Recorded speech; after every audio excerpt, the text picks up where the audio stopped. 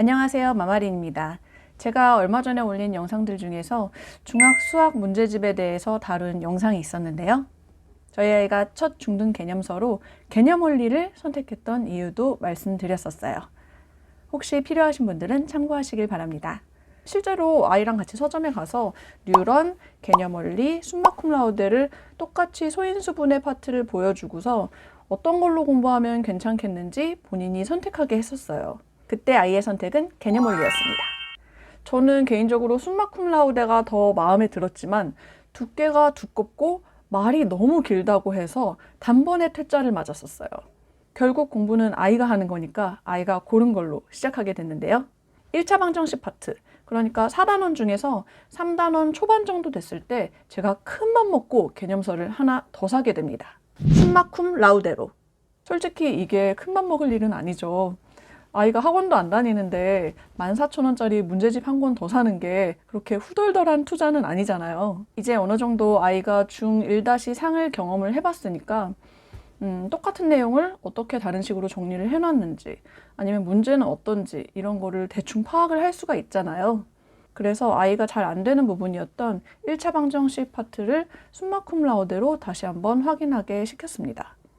솔직히 시험 삼아서 학기가 바뀔 때마다 문제집 개념서를 계속 바꿔볼 것도 아니고 이 중학수학을 시작하는 이 시점에서 아이한테 맞는 문제집을 찾아서 중학교 내내 아이가 그걸 쭉 풀 수 있게 해주고 싶었거든요.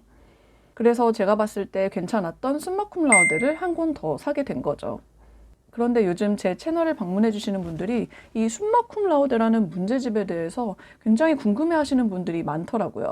그래서 오늘 제가 경험한 이 문제집의 장점, 그리고 어떻게 활용하면 좋은지에 대해서 제가 딱 4가지로 분류해서 리뷰를 해보겠습니다.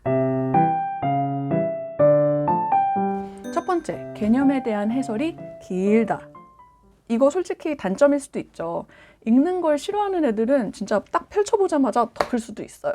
그런데 아이가 아까 말씀드렸지만 같은 파트를 개념 원리를 보고서 그 다음에 숨마 쿰라우데를 봤는데 개념 원리의 개념을 보면은 정말 모든 개념을 다 아는 사람이 다른 사람한테 좀 쉽게 설명해주기 위해서 개념을 짧게 그리고 간략하게 요약을 해놓은 거라면은 숨마 쿰라우데는 개념을 풀어서 굉장히 자세하게 설명해 놨다고 보시면 돼요.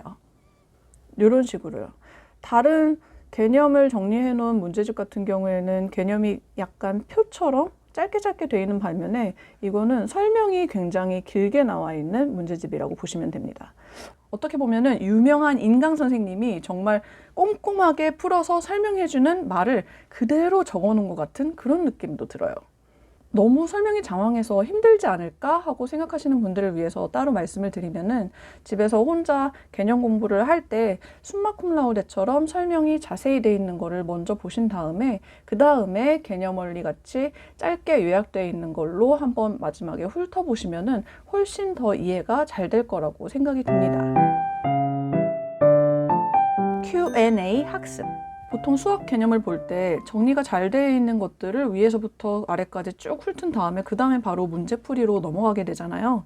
그런데 숨마 쿰라우데 같은 경우에는 짤막한 개념들을 앞에 써놓고 그 다음부터는 이 단원에서 놓치면 안 되는 주요 포인트들을 질문과 대답 형식으로 이렇게 써놨어요. 한번 보여드리면은 이런 식으로 질문이 나오고 그 밑에 이 질문에 대한 답변 형식으로 굉장히 자세히 풀어서 설명이 돼 있는 거예요. 그리고 예제도 있고요. 그런데 여기서 제가 이 문제집을 굉장히 높이 샀던 이유, 아이가 개념을 보다가 혹은 문제를 풀다가 약간 자기가 궁금해하는 것들이 있는데 그런 게 대부분 이 문제집의 질문 형식으로 다 나와 있어요. 그러니까 웬만하면 커버가 다 되는 거예요. 예를 들어서 문제를 풀다가 좌변과 우변이 똑같아졌는데 이게 항등식이냐 아니면 방정식이냐 이런 식으로 물어본 적이 있었거든요. 그래서 제가 선뜻 대답을 못 하겠는 거예요. 그런데 여기에서 보면은 여기 71번 보시면은 항등식이 방정식이냐 이렇게 써 있지도 않고요. 이러한 형태의 식이 방정식이냐? 이렇게 물어보는 거예요. 그러면 아이도 이 식을 풀어봤을 때 방정식인지 아닌지 궁금할 거 아니에요. 그럼 이 밑에 그 식을 풀이를 써놓고서는 항등식인지 방정식인지 정확하게 풀이 과정까지 다 여기 한 바닥이 다 그거에 대해서 설명이 돼 있더라고요. 그래서 웬만한 거는 정말 다 커버가 될 정도로 아이의 궁금증이 해소가 되는 문제집이라고 생각이 들었습니다. 그래서 제가 봤을 때 이 문제집의 가치는 개념 설명이 거의 90% 정도 된다고 생각하시면 될 것 같아요. 그리고 여기 문제집 맨 앞쪽에 보시면은 목차처럼 이렇게 Q&A가 나와 있어요. 이게 뭐냐면은 뒤에 아까 전에 보셨던 그 질문들 있죠? 각 단원에 나와 있는 질문들만 따로 모아놓은 거예요. 그래서 이걸 보시고 아이가 대답이 되면은 이 개념을 이해한 거고, 대답한 게 좀 애매하다 싶으면은 맨 앞에 보시면은 여기 퀘스천이 있고 여기 앤서가 있거든요. 이 앤서 부분에 나와 있는 페이지 수 보이시나요? 이 페이지로 이동해서 다시 설명을 보시면 되는 겁니다.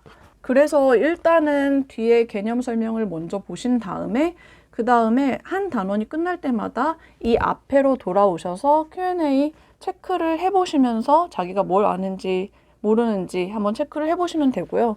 전체적으로 문제집이 한 권이 다 끝났다 하시면은 그때도 마찬가지로 내가 정말 개념들을 다 꼼꼼하게 알고 있는지 이 앞으로 돌아오셔서 체크를 하시면 되겠습니다.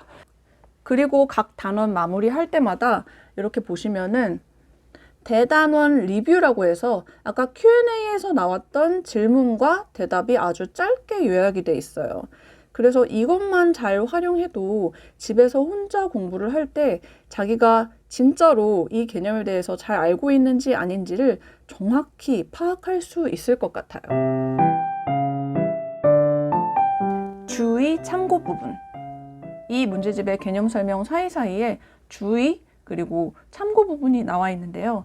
이 부분을 넘어가지 말고 꼭 보셨으면 좋겠는데 그 이유가 뭐냐면은 난이도 있는 문제를 풀 때 꼭 체크해야 되는 사항이 이 주의 그리고 참고 부분에 꼭 나옵니다.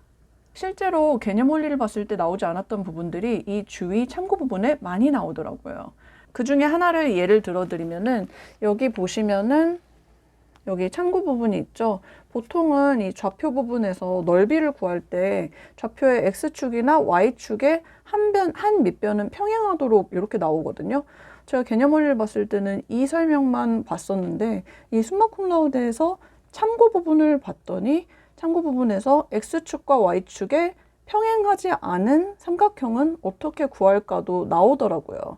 그래서 제가 보기에는 이 참고 부분 이런 것들을 상위권 학생들을 위한 키포인트로 써놓은 게 아닐까 생각이 들어요. 그리고 주의도 한번 보시게 되면은 여기 이렇게 주의 부분이 써 있는데요. 2x 플러스 1은 2x 마이너스 1과 같이 x의 어떤 값을 대입해도 항상 거짓인 등식도 있다. 그러니까 항상 참인 것도 있지만 항상 거짓인 등식도 있는데요. 항상 참인 거는 항등식이겠고 항상 거짓인 등식은 방정식도 항등식도 아니다. 단순히 거짓인 등식일 뿐.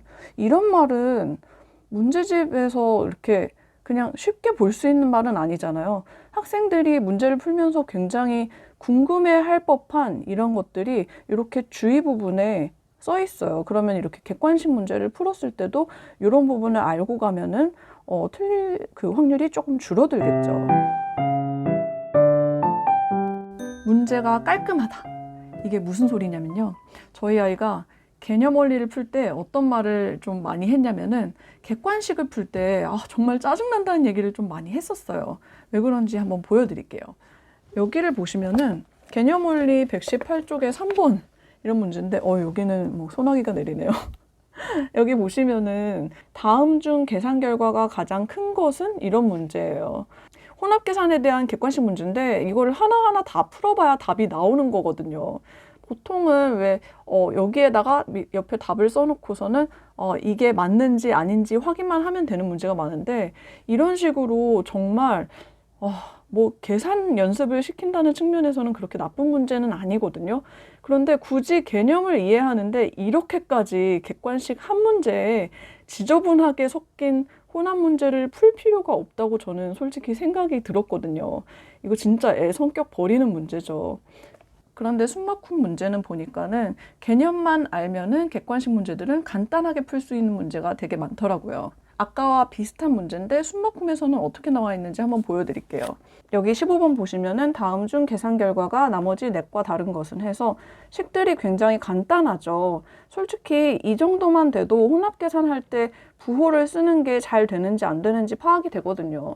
나머지는 계산을 잘못하는 거는 숫자를 잘못 쓰는 거 이런 거는 솔직히 초등학교에서 다 배워가지고 오는 건데, 여기에서 파악하고자 하는 거는 혼합계산에서 파악하고자 하는 거는 보통 부호를 잘 썼는지 잘못 썼는지 이거를 파악하는 문제가 많은데, 딱 간단하게 그 개념만 알 수 있게 그 개념을 잘 알고 있는지 파악하는 문제, 이런 문제로 숨막힘에서는 많이 나옵니다. 그러니까 숨막힘 문제가 개념을 잘 이해했는지 아닌지 정확하게 테스트를 해보는 차원에서는 이런 표현이 적절한지는 모르겠지만 문제가 훨씬 더 고급지다, 이런 생각이 들었습니다. 잘 보셨나요? 여기까지가 숨막힘 라우데에 대한 저의 리뷰입니다. 좀 더 간단히 요약을 하자면은, 분명히 책 한 권만 샀을 뿐인데 과외 선생님이 따라온 느낌? 그만큼 정말 자세하게 설명이 되어 있고요.